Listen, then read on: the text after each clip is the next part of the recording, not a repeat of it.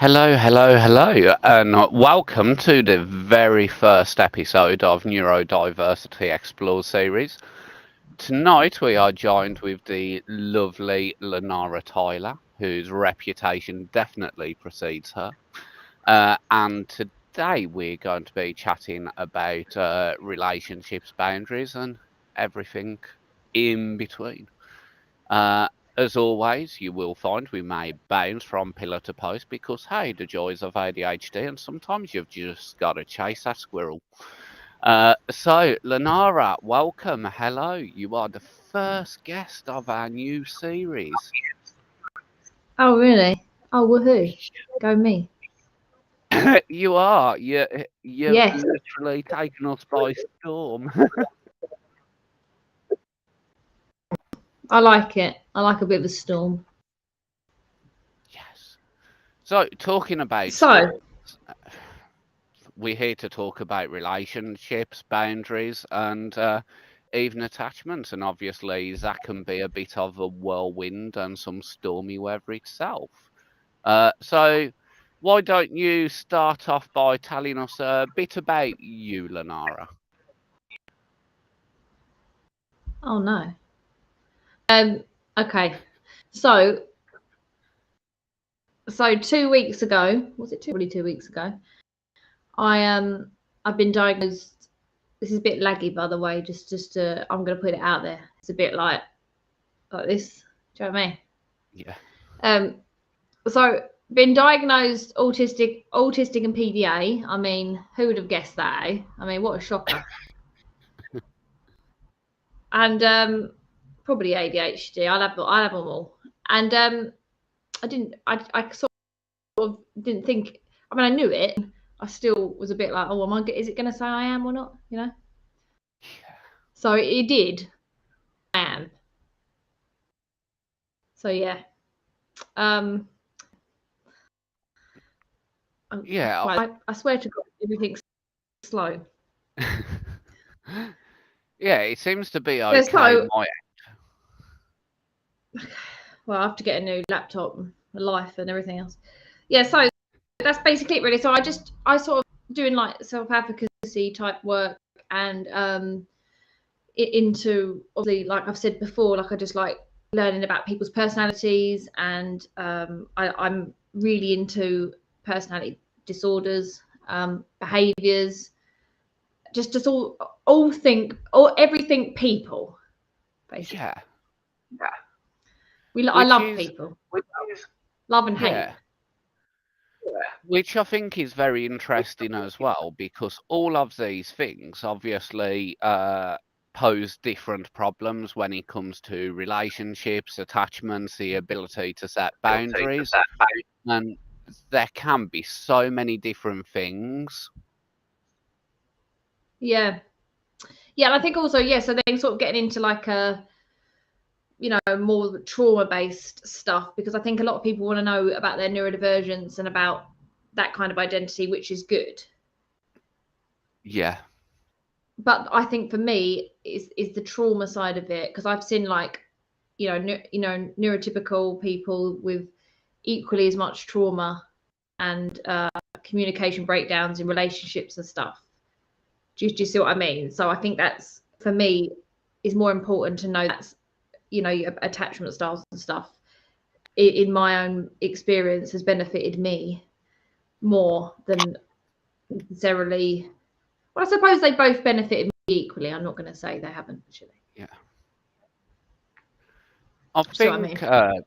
think that's it, isn't it? Whether you're neurodivergent, whether you're neurotypical, we all have our own baggage, whether it be childhood trauma or relationship-based trauma, or even family-based trauma and development-based traumas that we carry around with us our whole lives, and kind of influences how we act with people, how we treat other people, what we consider as acceptable.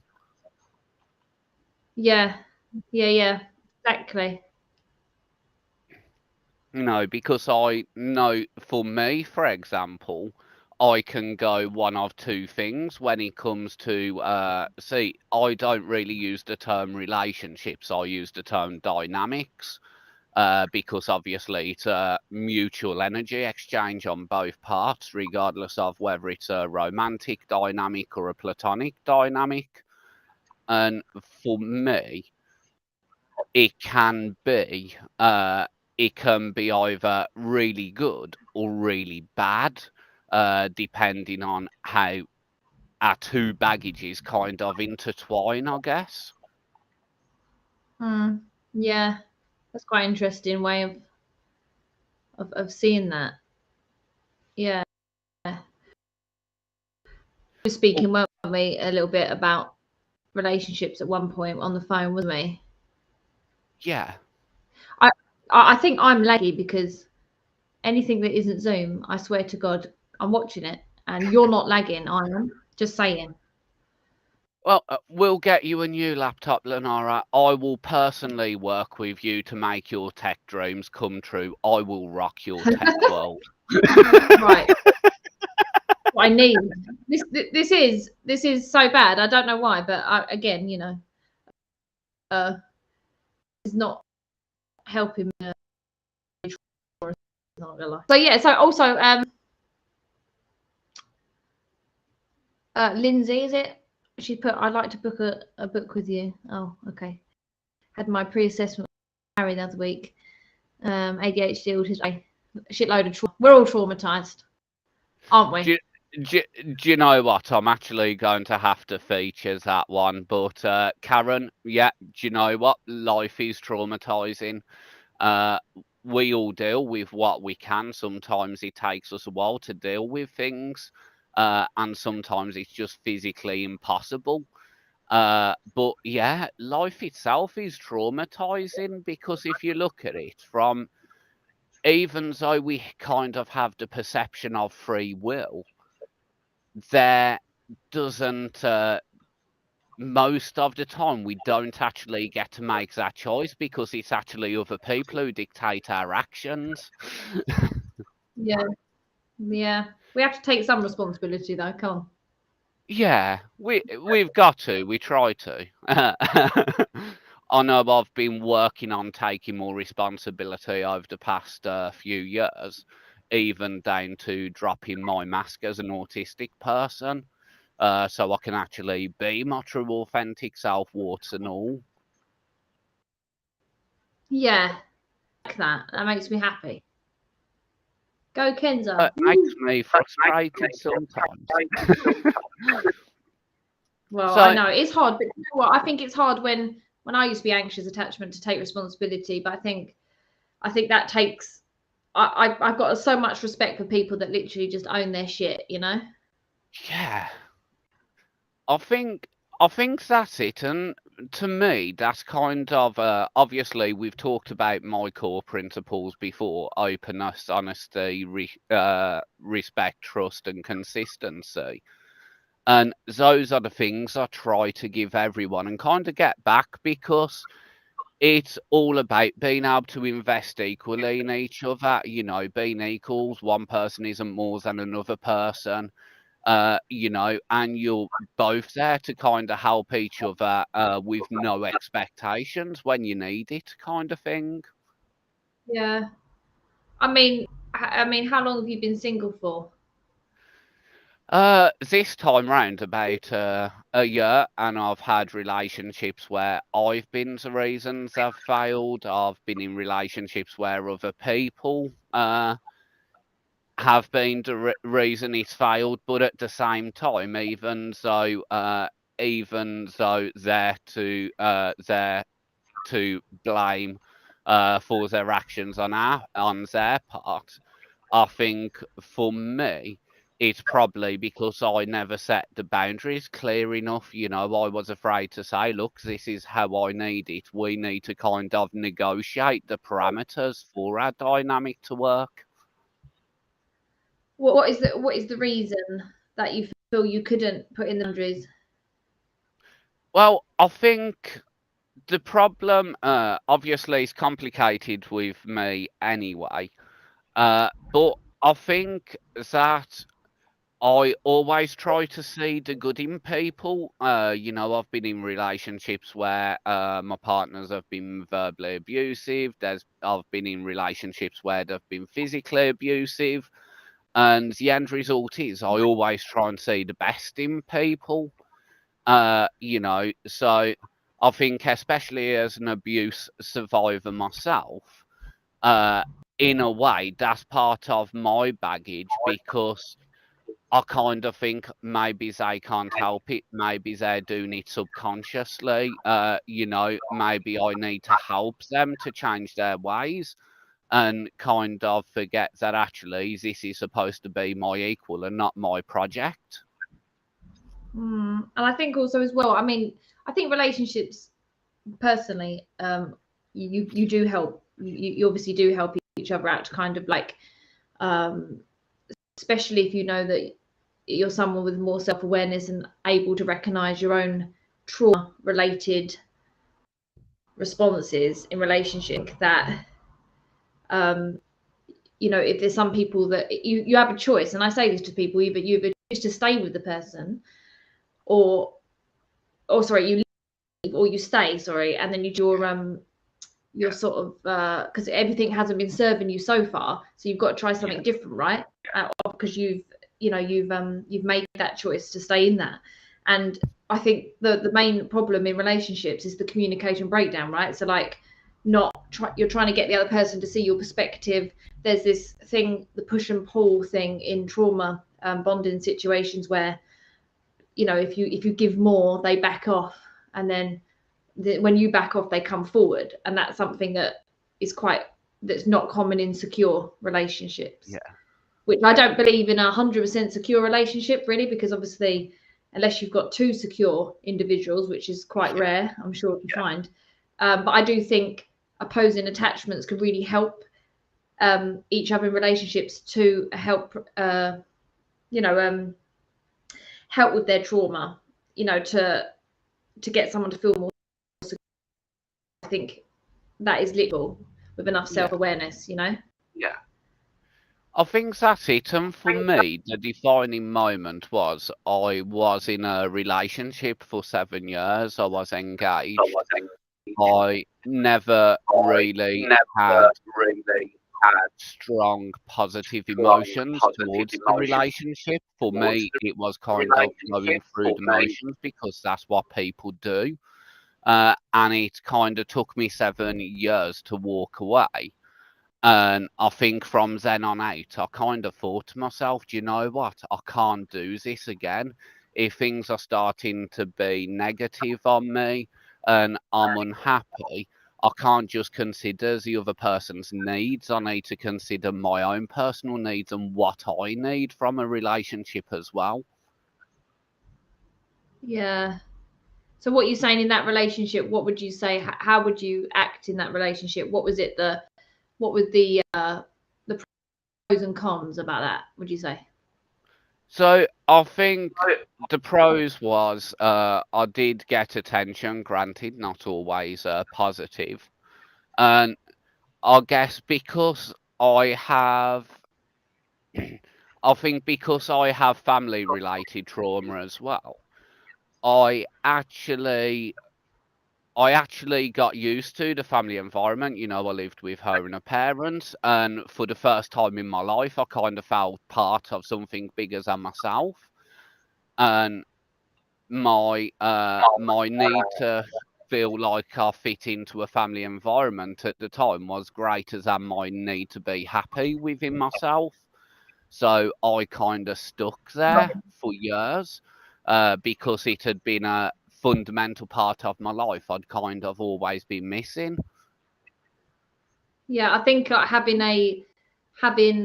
acceptance and validation to you, and having that family unit, which is very common in like anxious attack people, is important of having that. I always think that, you know, when people can't accept something is over or is ended, like physically or emotionally, I think sometimes people get confused whether it's that rejection side of it from trauma, or it's actually, is that person benefiting you in any way? Like if you're having more shit situations than you are good.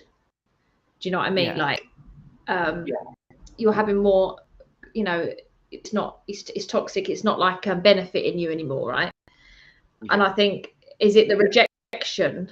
You know, you'd say, oh, we've got autistic inertia and we're staying in a relationship for that reason. But sometimes it could be more to do with trauma, that you're not willing to accept the rejection because that's too painful. Accepting that you're not lovable, or even something coming anyway. Like they always say, it's not the people you miss, it's the memories. And I think that's quite interesting, because it's normally the memories more than the person. It could be just the nostalgic part of that relationship. Do you see what I mean? I just think you have to identify, is it the rejection? Is it being lonely? Because sometimes you could be lonely with someone, you know, or you could be on your own.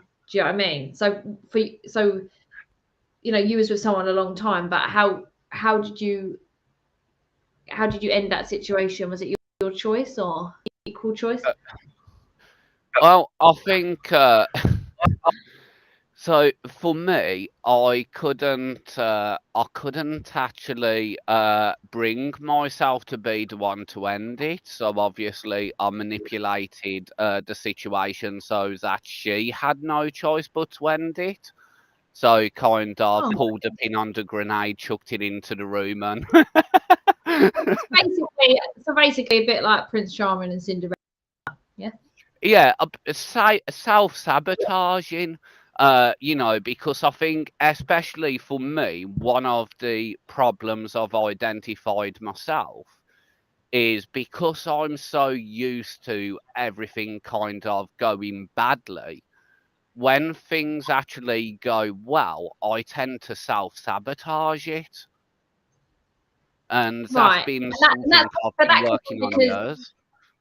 And that's probably because as well, you've got that, I'm the same. As soon as I get that certainty in a relationship, or I know where I stand with somebody, for me, it's almost like you take advantage of that, or you lose interest in that. And that is a part of trauma bonding as well, because we're not also used to having that kind of stability if you're traumatized, right? So I suppose naturally you said, self-sabotage it. It's not, I don't think it's conscious that you're doing that. I mean, it could be one of your personalities as well. Do you know what I mean? It could be one of your 7 personalities. Which one is sabotaging this for you? Well, to be fair, I actually obviously part of my personal journey, especially when it came to relationships, is actually personality mapping. So kind of working out who does what, who has what emotions, who's got high needs and others, and everything else.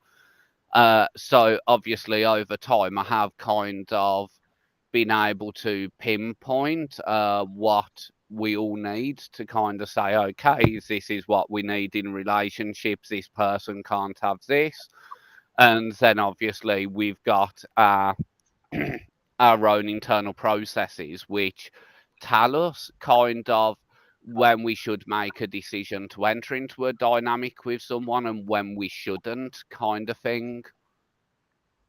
Right, yeah, well, like fight or flight, isn't it? Yeah.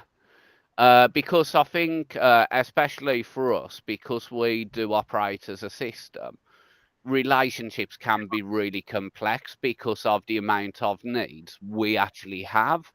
And obviously, those needs are ever changing because our front is constantly changing, kind of thing. Yeah. Right, I see what you mean. I think the easiest way to put it is it's basically masking on steroids. So what would that look like?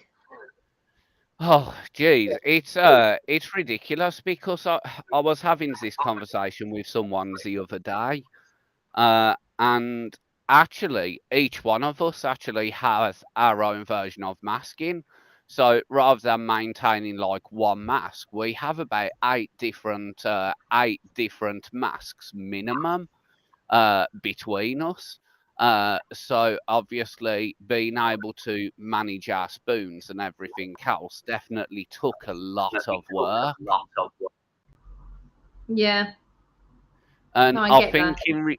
I think in relationships as well, especially for me, it's for me, I need to be able to have that lovingness and to be able to connect with someone intellectually, emotionally, and be secure with them and be okay with them. But there's also times where I need to be able to just walk away from them and focus on myself for a bit. It's kind of like, good morning, how are you? How's your day gone? Okay, fuck off, come and see me tonight, kind of thing. I think that's common though, like in general, I think that's quite a common thing, isn't it? Like to I think as a human thing as well, like to Yeah, I don't think it's a healthy thing to be in that situation as well. You need your space, don't you? Whether you're neurodivergent, you know. yes. So you It said is nagging, space and I but yeah. focused on the background.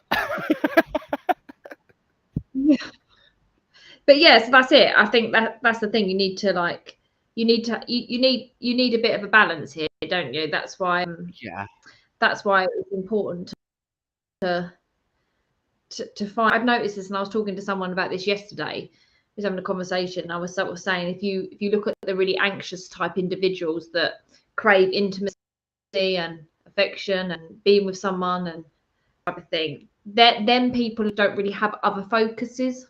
They tend to yeah, be like just based on people to get their needs met. Whereas if you're more secure, you have other things that give you that come content in with them with not having a pure focus on an individual to make you feel validated. And I think also as well, like I find it really strange that when you meet someone, and I know oxytocin, I get it, right? Although I find it strange and I have an existential crisis about everything, right?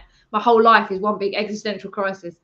But I still think it's strange where you meet somebody, get oxytocin, and we've literally in that short period of time, that person decides they want to be with you, yeah, maybe after 2 days, and then you think, well, you haven't got to know me. You haven't tried to find out what I'm about. You're trying to satisfy a need in yourself.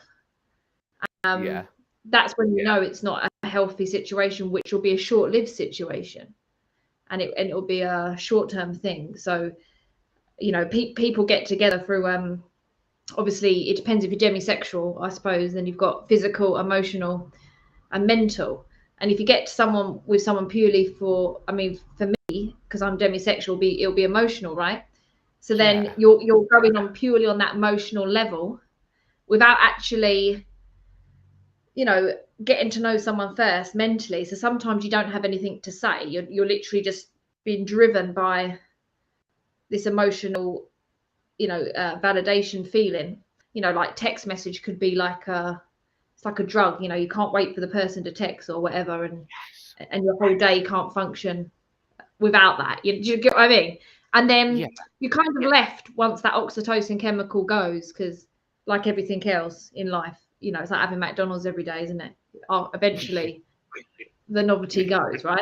And then you're left with nothing to say, and then you see them couples in restaurants that just literally say pass the salt and talk for like an hour. Do you know what I mean? Do you know the one? that sounds like You know the heaven, one. to be honest. So you have your table over there, mate, and I'll Yeah, sit it's here. like, I'm taking you out for dinner tonight. Your table's in the top right-hand corner, my table's in the bottom left. I'll see you after the Yeah, meal. exactly.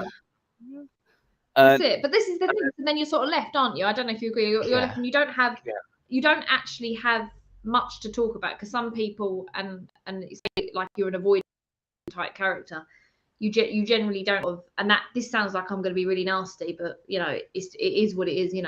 A lot of depth to you as a person, and this is yeah, in my experience, because of the vulnerability for them is difficult. So then you're kind of not having these in-depth conversations, and for me, I need them stimulating conversations. Like some yeah, people are happy having a third focus. Like I was talking about this with someone the other day. If you go on a date with someone, go to the cinema. For me, that's my ideal of hell, because it's like I'd rather sit and talk to someone like and get to know them than sit next to them and watch something. But you can't. Do you see what I mean? But you can't pull the popcorn trick if you don't go to the cinema.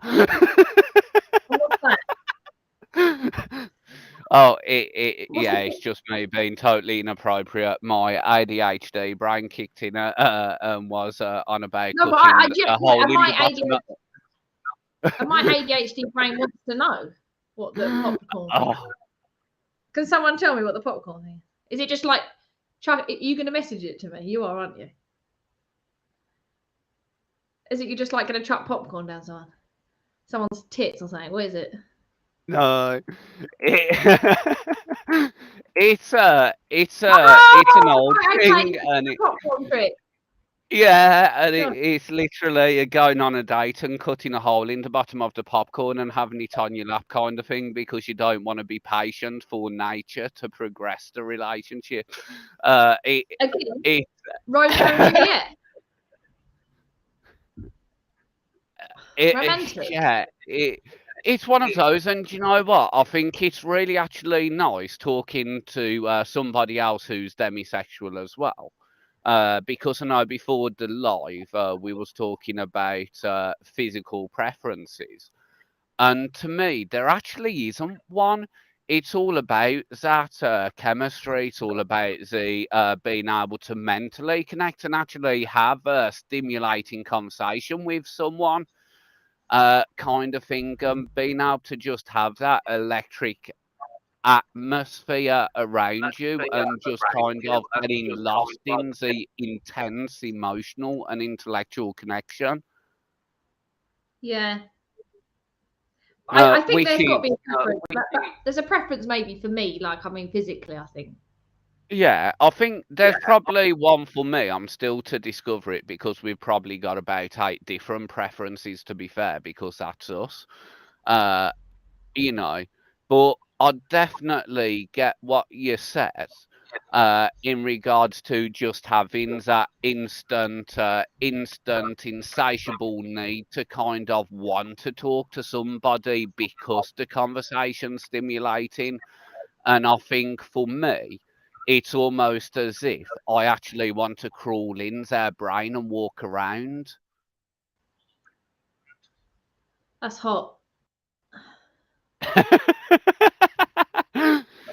That's literally it. It's Imagine like if we actually look at our very first conversation, it was supposed to be a half-hour conversation, and it lasted what, about 4.5 hours. You know, because that conversation at that particular time was just right. We felt comfortable enough to just connect and talk with no expectations, with no judgment. And to be able to actually say, do you know what, this is crap, or do you know what, I didn't actually like this. And I think even when it comes to friends, I love being able to just have that intellectual conversation and not actually being afraid to bear yourself out into the universe kind of thing. Yeah. No, I get that. So I think it's kind of similar to the somebody asking you how your day is, where you just like, how's your day? And you're like, yeah, it's been okay, thanks. Where somebody else asks you how your day, and you're just like, it's been horrible. This has happened. This has happened. This has happened. You know, and the actual information you give to each person depends on that kind of level of intellectual connection you have. Exactly. Yeah. Yeah, it's true. But I mean, obviously, I think like nature, I think people might not everyone, but some people have like a type or because I think you need physical. I do think it's important to have all 3 things, personally. But I think it's impossible to have 3 things, but it's important. I think you need at least 2 of the 3. Yeah. You can't just have. If you just have mental, that's a friendship, right? And I'm sure everyone's been in that situation where they might just have mental but not emotional and physical. You know. at least have some element of emotional at some points, because you know, when you're in a relationship, you can't feel a certain way all the time. Yeah. Like, it's impossible. People still expect, or they'll still like try and get that feeling all the time, and like that drug feeling, which is impossible to feel anyway. You know, the magic free. I want the magic free. Me. Yeah, no, I think that's it, and we do it's kind of the thing, you've got to kiss a few frogs to find the right prince or princess, isn't it? And I think, see, I'm a firm believer that people come into your life at a point where you actually need them. So whether they're there for 6 months or whether they're only there for 2 weeks, I believe the universe puts them to you because there's something you can learn from that interaction. Oh, good old universe. That's what we like to Yeah, hear. well, you know, he constantly tries to screw us over and everything, so it has to do some good. Yeah. So what you're saying is you believe in fate. Yeah, I think, so I think fate is definitely something I do believe in. And I think, I think most of my dynamics, whether they've been platonic, romantic, or even just kinship, have kind of been there for a reason to help me discover more about myself and to kind of make me more sensitive to other people's needs, kind of thing. Yeah, no, I get that. So when you're on a date, Kenza, when you go on a first date, what would you say your best moves are? Oh, What's your best lines? Like see, what gets you the women? I want to know. I don't see, because obviously my romantic life has always kind of been unconventional, and I think for me, the majority of my relationships have all kind of started by either phone conversations or online, rather than because also you've seen me where I'll swear at the world and I'll put the world to rights and everything else. If I do feel as if I'm being drawn to an actual person, if I put it like this, I once went on a date and I literally couldn't talk for an hour and a half. I just went totally non-verbal. Why was I just couldn't, I just physically couldn't get my words out, what I wanted to say. I didn't want to come across as too needy. I didn't want to come across as patronising or condescending. I didn't want to come across as an idiot or a perv or anything else. And I think because I was struggling so much where I wanted to literally censor myself totally, I just couldn't. I just couldn't speak. So that date consisted of a coffee, hearing about somebody's past relationships and how that was literally the only topic of conversation, and then me carrying their bags around the shop for them. sounds good. Where So I've you obviously was conscious that you were gonna say something. So you was masking basically, and you was conscious that you were gonna either put them off or get rejected, maybe. Like yeah. I think yeah. it's not so much as rejection for me, it's more about the abandonment. Where I have had relationships where I've met with somebody online, and I think the best one, without mentioning names, I was in a relationship where I'd literally travel about 16 hours every weekend just to go and spend the weekend with them. And it all started online, and it went from chat rooms to Skype video calls and WhatsApp video calls until eventually we kind of met. And it's like the atmospheres, attention, and everything else. It's like, holy crap. And I think the problem for me as well is things like that set an expectation and kind of act as a gateway drug for me, where I have to try and replicate that feeling then on. Yeah. Yeah, I see what you mean. I think abandonment and rejection is quite like a similar thing. You know, it's kind of like on the same line, the same spectrum, as it were. Mm. And I think obviously, I don't know, I used to be the same. So I used to mask and do that as well. So I can relate to that. And like I used to be conscious of what I'm saying and doing, but you got to get to this that I don't give a fuck stage eventually. You have to, you know. You get one life. I said this the other day, you don't want to be 70 years old, you know, looking back and not have to do the things that you want to do, or do you get what I mean? Yeah, I think I actually have the best. I actually have a best mate who I turned around to and was like, you know what, if neither of us are married by the time we're 45, I'm going to marry you kind of thing. We'll just grow old gracefully together. Oh, well, does she consent? Well, of course. Consent and boundaries are very important. I don't like that. You see, I don't like that because it's a bit like, oh, well, if I don't find anything better, I'll have you, mate. See, whereas it's not You know what I mean? actually, it's not actually that, because I think I have a few best friends where, in my opinion, those platonic relationships are actually better than any kind of romantic relationship I can ever have. You know, because it's kind of as it's kind of like being soulmates, but without the romantic aspect of it, kind of thing, where you just get each other and you can happily coexist. You know how to support each other and everything else. I think also you can't get everything from one person, so I've got quite a lot of people to marry then, to be honest. Do you know what I mean? All I'm going to say is I'll get to that later. polyamory. Was it? Is that what you're about?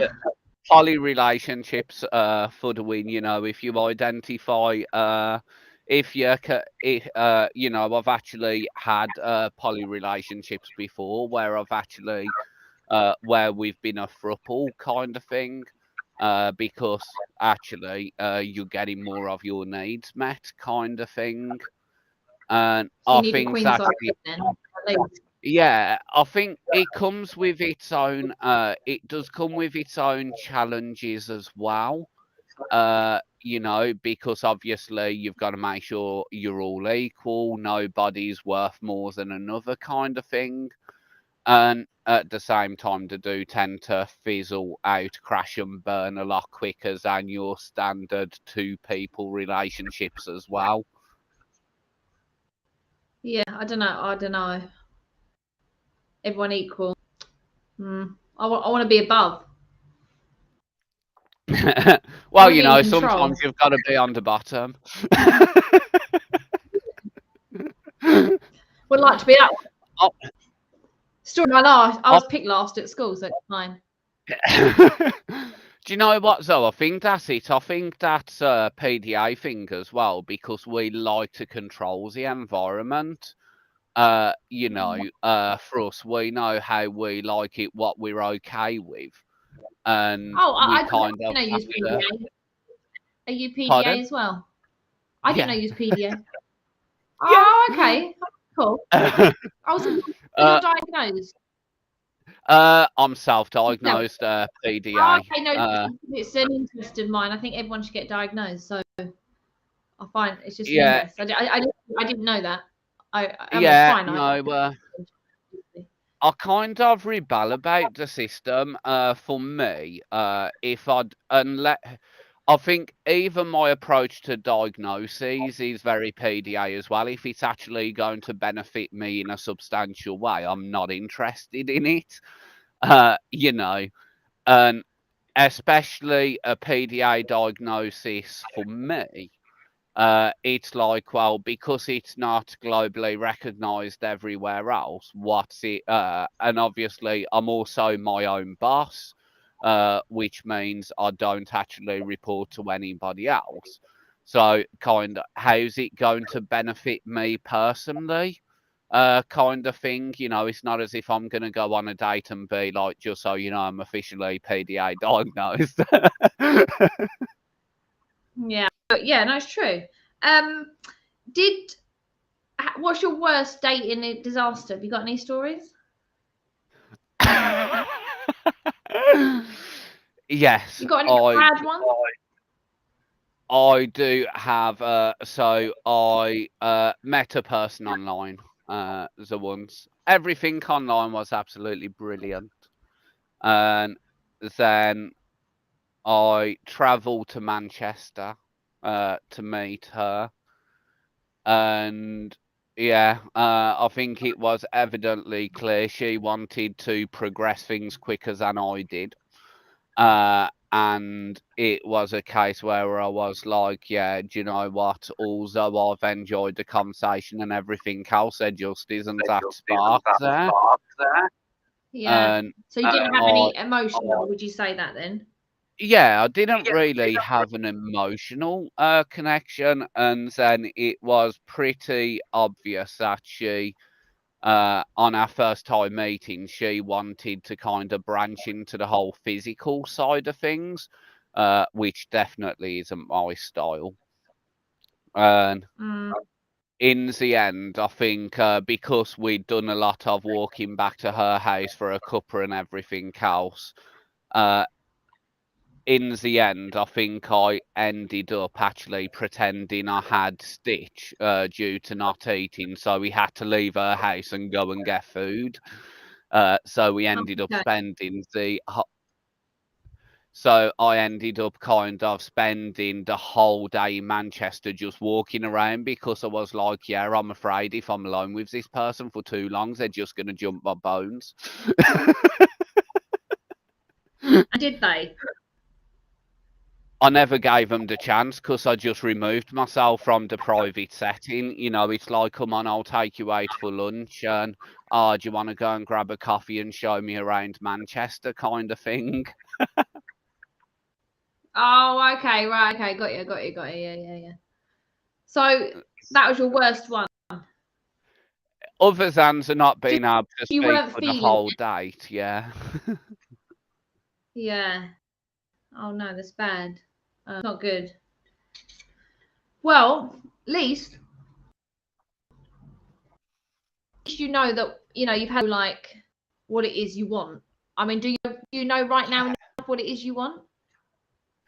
Yeah, and I think at the minute, what I actually want is I'm kind of restarted my journey to self-discovery kind of thing. So I'm actually focusing more on myself now and not on other people.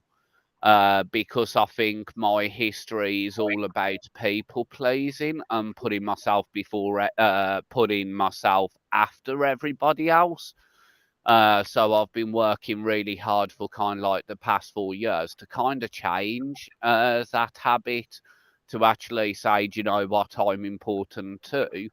And until I've got a full grasp of my needs and what I actually need, unless somebody just turns up and just absolutely rocks my world, it's not something I can entertain at the moment. But you've got to remember you've got to rock their world as well. It's got to be equal. Yeah, I know. You got to. I think people go in relationships thinking, what is it I can get from that person? But really, it'd be what I can give to that person. I See, believe. whereas I'm very self-aware of what I can give, in fact, I'm hyper-aware about what my qualifications are, and sorry, about what my needs are, and what I can also give other people. Uh, so for me now, it's kind of working on my own sense of self-worth and what I actually deserve, rather than me just settling and actually Yeah, working it through it from there. exactly. So then you, at least you actually know now. But that's the thing, right? I think for me, more since attachment and more, I think it's just benefited me. I mean, I've been on my own. Regardless, I don't have that that anxious, lonely need to try and to be with someone, to be validated. Do you know what I mean? Like, I know I say it all the Yeah, time, and I repeat myself, like, yeah, fucking, do you know what I mean? But I think it's just important when you get to a stage where, everyone likes company, and I think I get out with my friends. I think that's more important yeah, at the moment to me than trying to get everything from one individual, which is impossible. Anyway, you know. I think that's literally it. Relationships, from my experience, are all about compromise, and I think my problem has been I've always kind of overcompensated, so I've actually done 99% of the compensating, rather than it being on equal footing kind of thing. Yeah.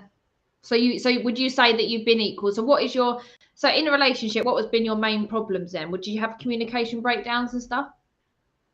Yeah, so communication breakdowns, difference of beliefs, because obviously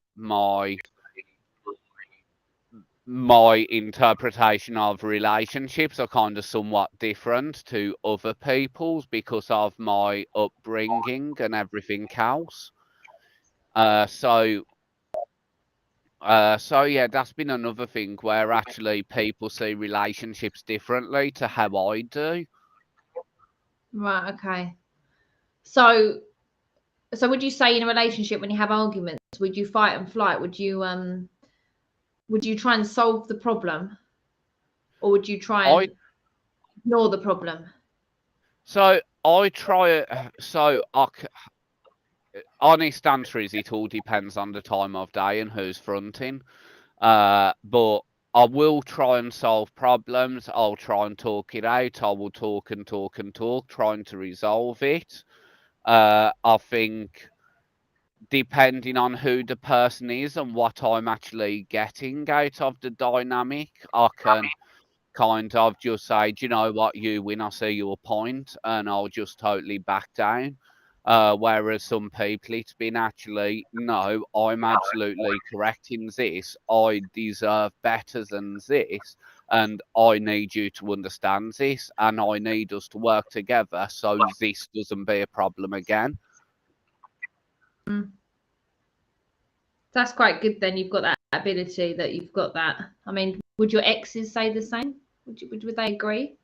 I think it all depends on the ex, to be honest, because there's some exes who've appreciated the communication and the talking, and then there's been some exes who've given me a hard time because I felt an issue hasn't been closed.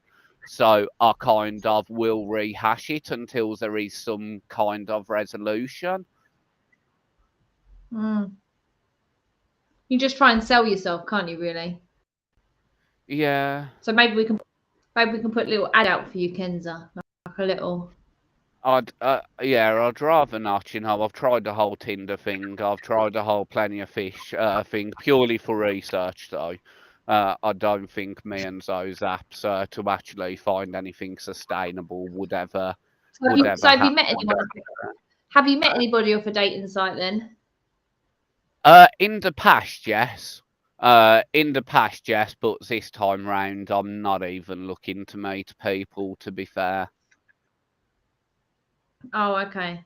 So you have, yeah, I don't really like dating sites, if I'm going to be honest with you. And if I do, it's just purely for trolling. And purposely. That's it. That's the conversation we've kind of had before. I'd happily screen share by my mobile, from my mobile phone, and actually let you watch me swiping left and right and hearing the conversations that come out of my mouth while I'm swiping and everything. For me, it is definitely an amusing thing. Yeah, but Harry, you we can, both. you can say that. Harry, you can say that, but I hate that. I'd rather talk about someone else. Do you know what? You little shit. Me and Linara are equals. I'm entitled to ask questions. Linara's entitled to ask questions. It's an equal footing dynamic. And maybe we'll both take something new out of this chat. Yeah, here, exactly. You never know. But also the reason why I'm struggling, true story, why I'm struggling is because it stops. Obviously, it's lagging. But every now and again, I hear ADHD brains I swear, bugging me. But we will sound you're that out dropping out you. every now and again. You're gonna have Zoom next time. I mean it. Alternatively, some boundaries in. The boundary is you need to become more technologically advanced, and I will help you achieve that. Or just get Zoom. This is not Skype 2002. MSN Messenger, AOL Instant Messenger. You have mail. Yeah, exactly. But I've always noticed anything that other than Zoom, it really buffers all the time, and I don't know why. That will probably because so that will probably be because your laptop may struggle to keep up with this, whereas Zoom, with it being an actual program, requires less resources. Yeah, it's not like that, Chris, mate. They don't want to be in the shower. No, I think that's why. I think it's just a bit. It's like you drop out the sound, so I can really barely hear. Yeah. But no, I think that's definitely it. Do you know what? We are going to have to arrange a session behind closed doors when we can both just laugh at each other swiping left and right on dating apps. So basically, Kenza, what is you have a crush on me? I think you're a absolutely wonderful person, but I definitely have that. You're an interesting person. You're more a person I'd like to keep in my life long term. Oh, that's a nice thing to say. I appreciate that. Yeah, no,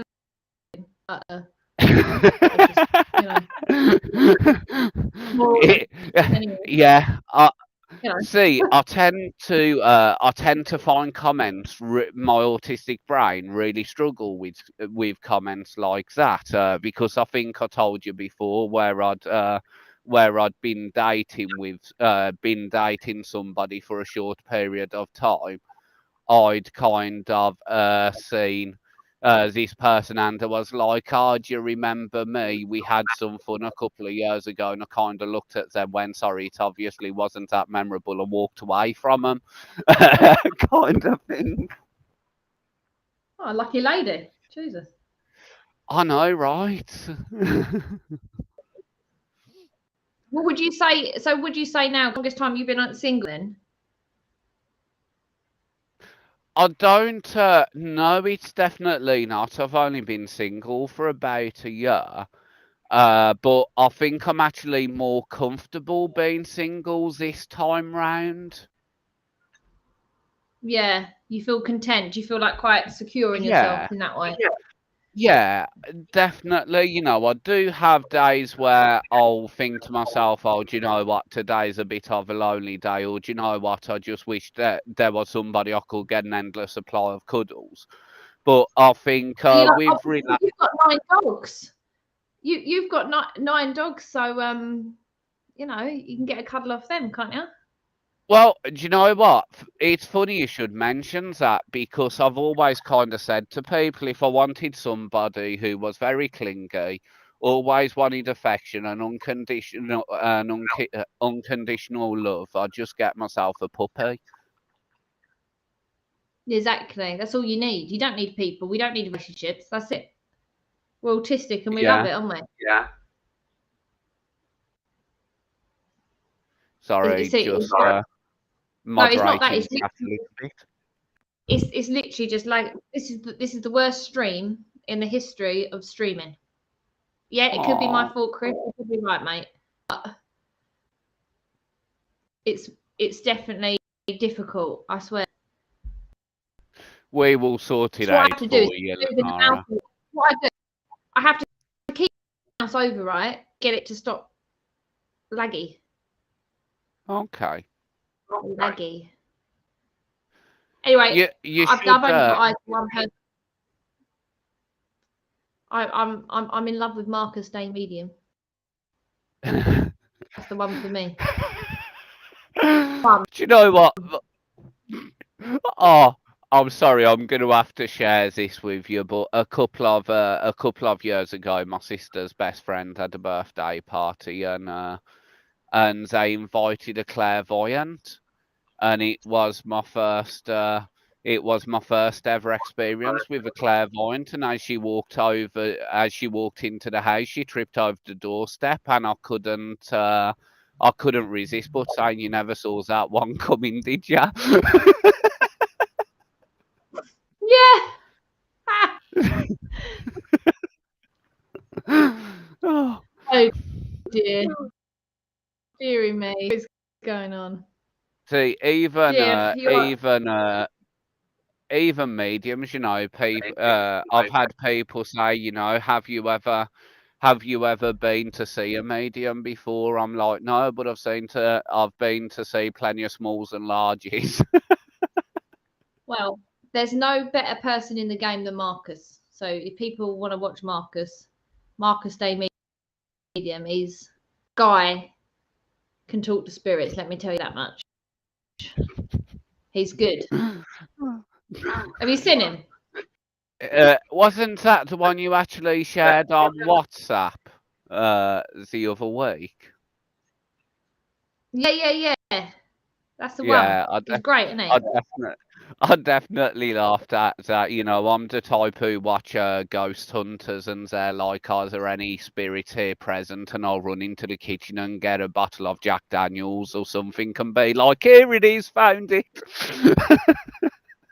All right, yeah. He's all like he just asks people random questions whilst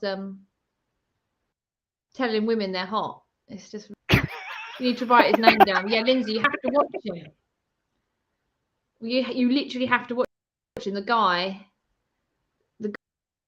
women. Let's put it, A I never really misogynistic, understand why they a misogynistic ghost whisperer. That's about sum it But up. but I don't understand why he can tell you how old the people are, but he can't say the names of the people. That baffles me every time. It's just a It's whole all like, yeah, I've concept got of someone here in the logic. spirit world that's 27. He's like, I've got someone in the spirit world here who died when he's 27, but he can't say his name. Why? He literally banned Chris. What did you say again, Chris? I can't remember now. No, but I never get that. Do you I know never what? understand it. Well, why they can That say what is you've on had for him. fucking dinner. Yeah. Well, he obviously hasn't been setting his boundaries correctly. Do you believe in past life, Kenza? I do. I also believe that there is something more than life.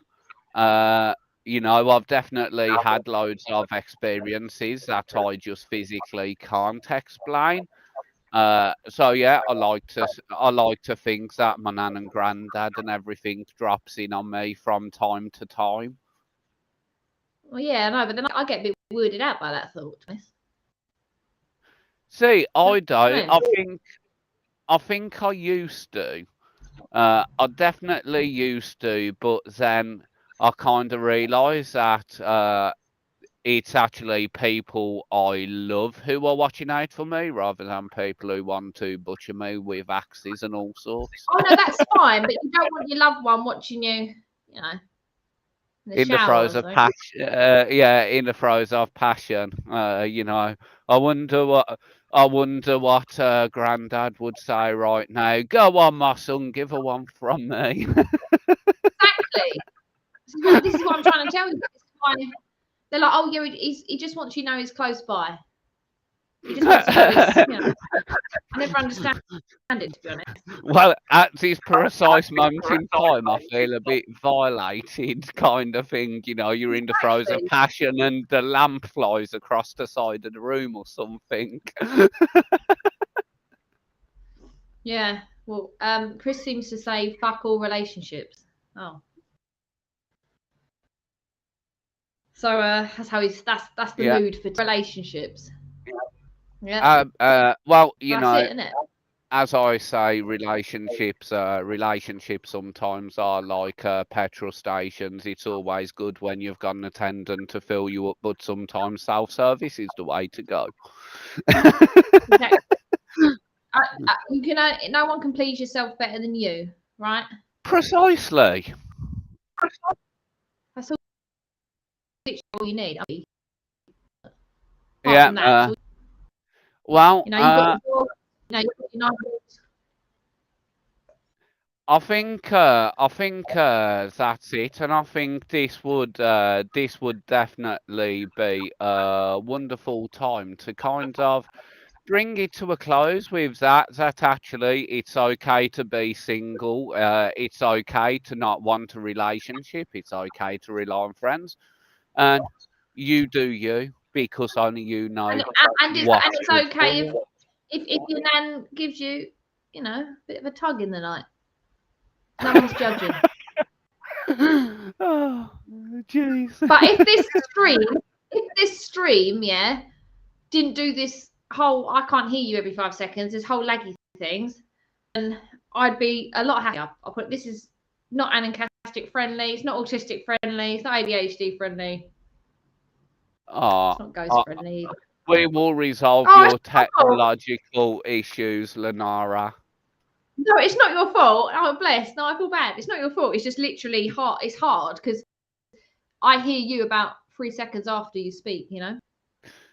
Well, do you know what? In that case, book yourself in for a free technology consultation and we will get you all sorted out. I'll give you an MOT. There's an offer you can't refuse.